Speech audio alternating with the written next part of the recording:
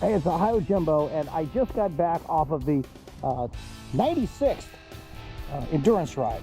So the endurance ride is a ride where Sunday before Thanksgiving here in Ohio, a bunch of riders get together and they try to ride regardless of the weather. So it brings me to a point.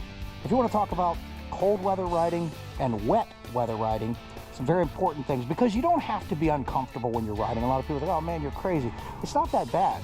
I just want to show you, there's a few things you can do. First of all, the obvious.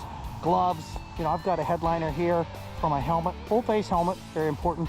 Obviously you got to have boots, and I've got a rain suit on, beautiful rain suit. I'm layered underneath here. It's just like if you're going to go on a snowmobile or something. But here's some important tips you might want to know about wet weather and cold weather riding.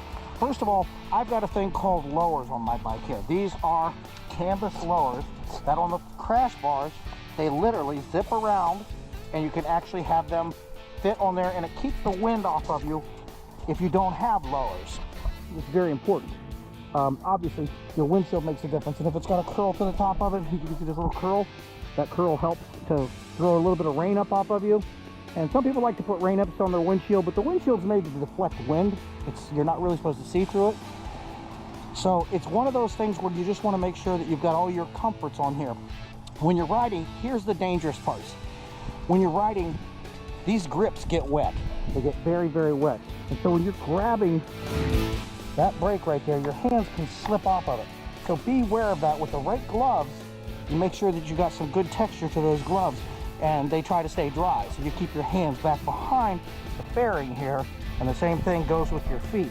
If your feet are on here and they slip off, or on this floorboard and they slip off, if you don't have floorboards, all you have is a peg. That peg is very dangerous because your foot can slip. And the most important thing, so not so much on the gearing as it is on the brakes. The brakes are very important for you to make sure, and that's why those lowers really help. These canvas lowers are great. You can put things in the pockets there. Now this is on this particular bike. Many bikes have different size form, different types of configurations, but that's most of what you need to be concerned with when wet weather riding. Outside of the fact that you have a windshield, tips on the windshield, if you can get your head just up above your own windshield, it blows a lot of the rain off. Then you bring your head back down. It allows you so you can keep the rain from blocking your vision.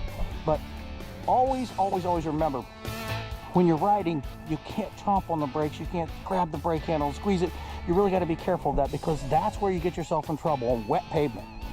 So the two things you be concerned with in cold weather and wet weather riding is the cold weather riding, bundle up, just make yourself comfortable, but don't restrict yourself. You don't want to be like a puffalump where you can't move around or anything like that. Just layer lots of different. Now I carry a couple extra clothing pieces with me in case I get wet. I can stop at a gas station or something, but that's for cold weather riding.